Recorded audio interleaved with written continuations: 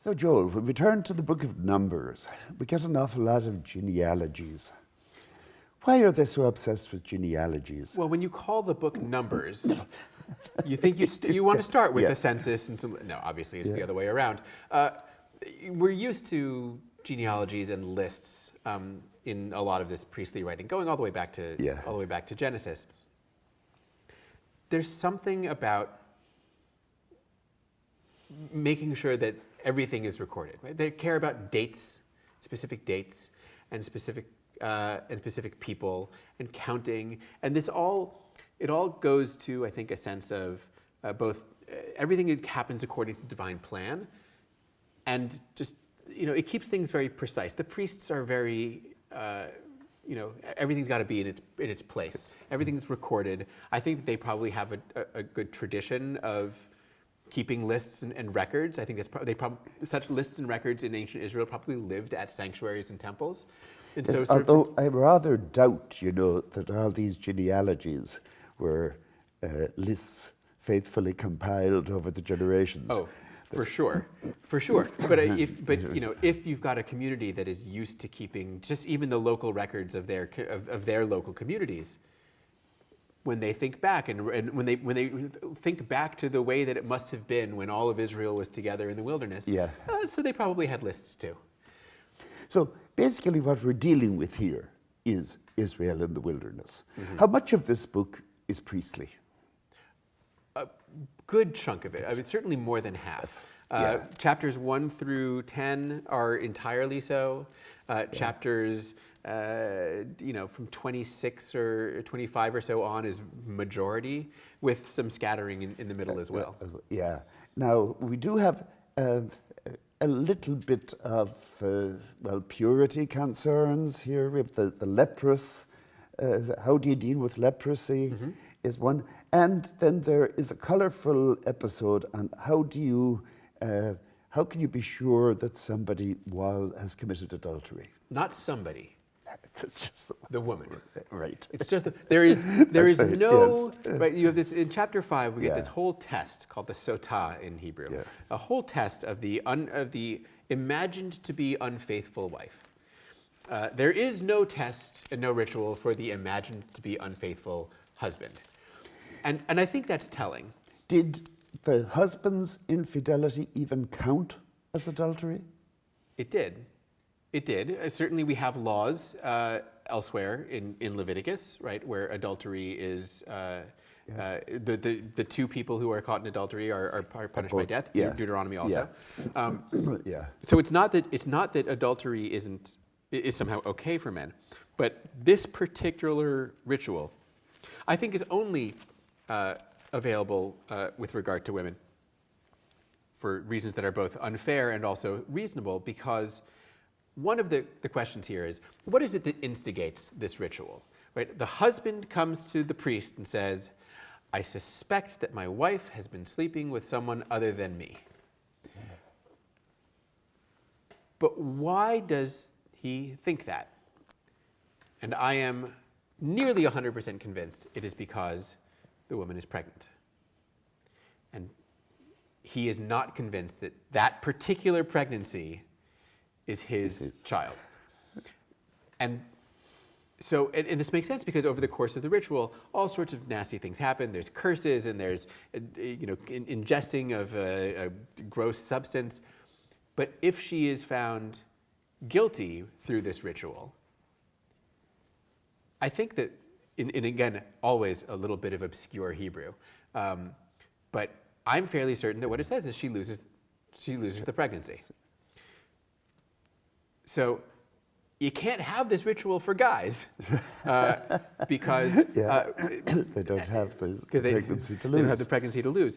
But again, having said all that, it is an awfully,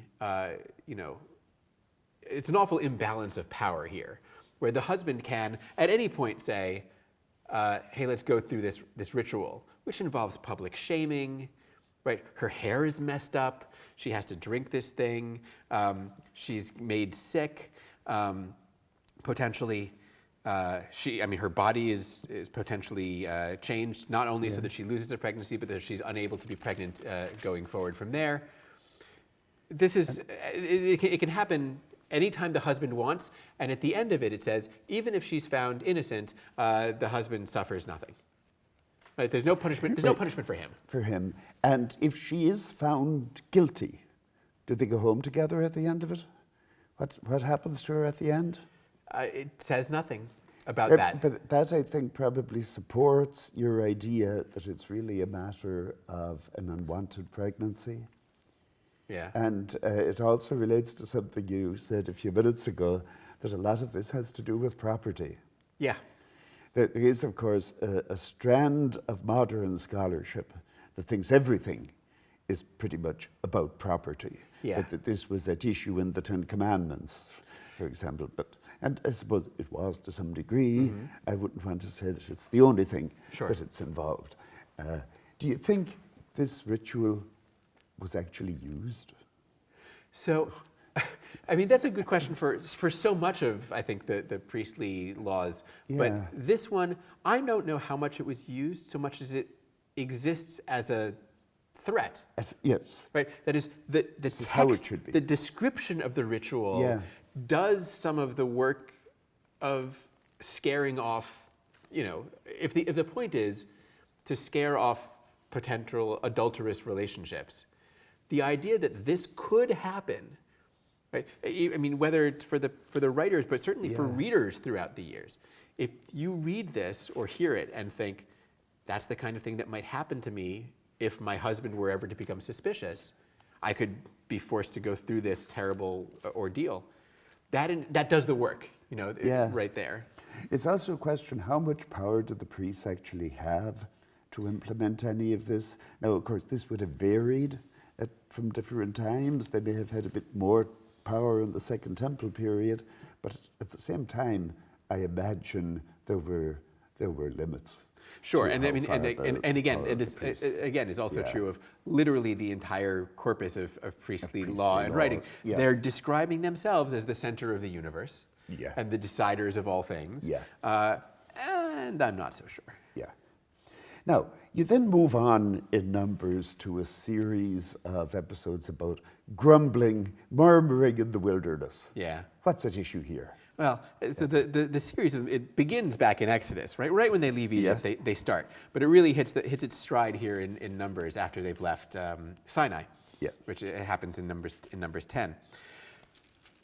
So the first thing to say is this is a tradition or a theme that is known to all of the different sort of sources of the text, right? Yeah. All of the different documents that make up our Pentateuch, J and E and P and later in Deuteronomy D, right? They all tell versions of murmuring in the wilderness stories in their own ways, right? So for the priests, the murmuring, as we'll see, is about who gets to be a priest, and in J, the murmuring is about provisions mostly. It's about food and water and that sort of thing. And in E, the murmuring is mostly about Moses and whether or not he's really a good leader. And so they've got their own angles on it, but underneath, they're all building on the same basic idea, which is Israel was not so cool in the wilderness.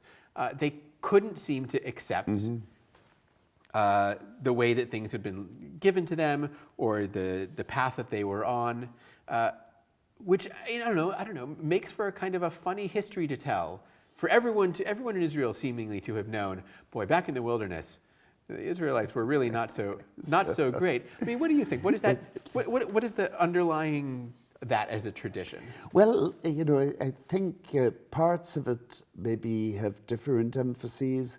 Where you're concerned about provisions, the lesson seems to be the Lord will provide. Sure. Miraculously. Now, I suppose you could carry that over. I think this comes up in the part of Leviticus that we didn't talk about of the Jubilee year, or sabbatical year. And then if you miss a whole year, well, what are you going to do? Well, the Lord will provide. Now, again, you wonder how much of that was ever actually implemented. But there is a message there that makes reasonably good sense. Yeah. That's one. Now, some of them, though, have more to do, I think, with authority and with power. Sure. Let's look, for example, at the murmuring against Moses in chapter 12.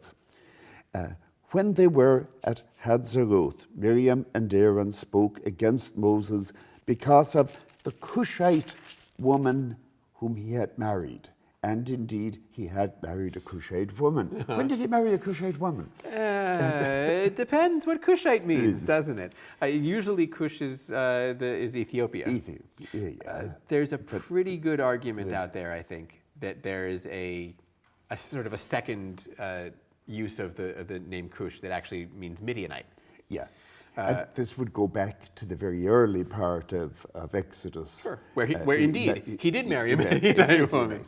Now, is that bad in some strands of biblical tradition? In some strands of biblical, I mean, Ezra would certainly not be so pleased with this, right? And I think maybe later on in Numbers we'll get the case of Phinehas. He gets something for he's not so happy with the. But it's a little out of nowhere. Yeah. As a thing. And what's interesting about this one is that complaint seems to really not be what's at stake in the rest of the chapter. Right? There's this thing about him being married, but as soon as they sort of have the attention, it's almost like as soon as they get upset about Moses marrying someone, and they're like, and while we're here, Aaron and Miriam are saying, how come God only speaks through you, guy, right?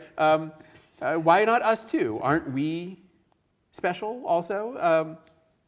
So and then the marriage thing is never talked about again in the rest of the chapter. And again, as you said, it becomes about authority. It's authority and power. And so you have a divine pronouncement. Mm-hmm. Now, of course, how does the Lord communicate his pronouncements? Depends who you are. But with Moses, he speaks face to face. And then it's presumably Moses who tells you right. what the Lord has said to him. And that's exactly the way that the text describes it elsewhere. Moses goes to the tent of meeting and God and meets with God there, and they chat, and then Moses comes and relays the information to the people. But then when the cloud went away over the tent, the cloud had come, signifying the presence of God, and Miriam had become leprous and white as snow. Now, it's only Miriam? It's only Miriam. Why not Aaron? I don't know. I think you probably do. Okay, I mean, are we just, it's a sexist. Yeah, I mean, but culture. I suppose that's an I don't know. That's more of an I can't give a good explanation for it. The only explanation seems to be because she's the woman. Yeah. But it's a good example. It's an interesting one because this is a murmuring story where it's not all of the people. It's just parts of the leadership who are complaining, and it sort of fits into this, who has authority.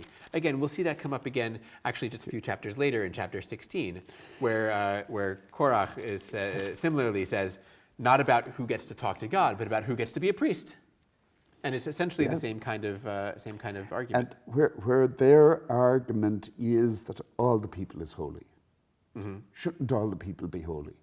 Right. Shouldn't we all, what would be called in Christian parlance, the priesthood of all believers?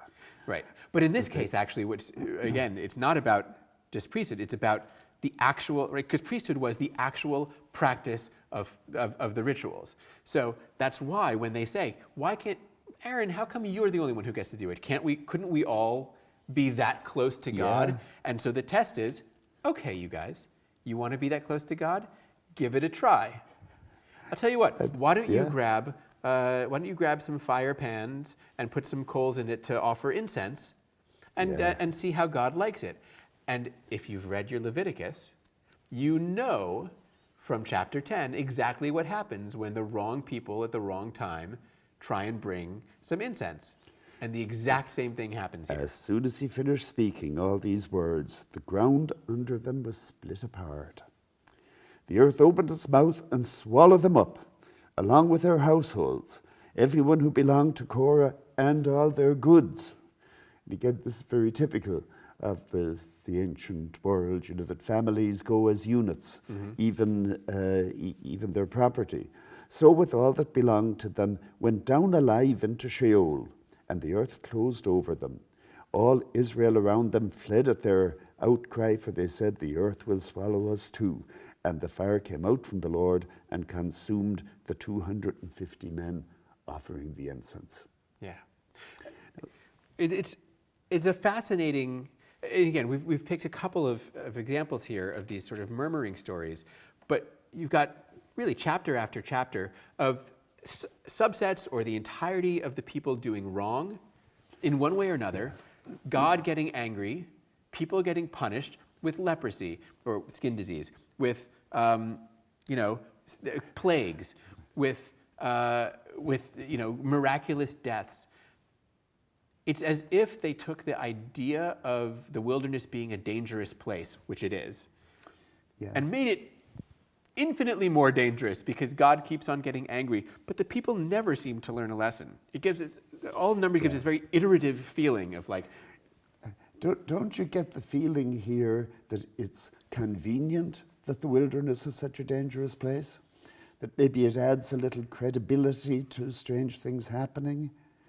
But you could tell this story and have it all happen in the temple in Jerusalem later on. That what it really comes down to is who's in charge here and what happens to you if you question my authority. Yeah, and so this it's a nice way of making a little more sense of numbers, which is often a very difficult book. But this series of stories, I think we can really turn into a message that goes simply beyond. It resonates more than maybe some of the law of the suspected adulteress. Yeah.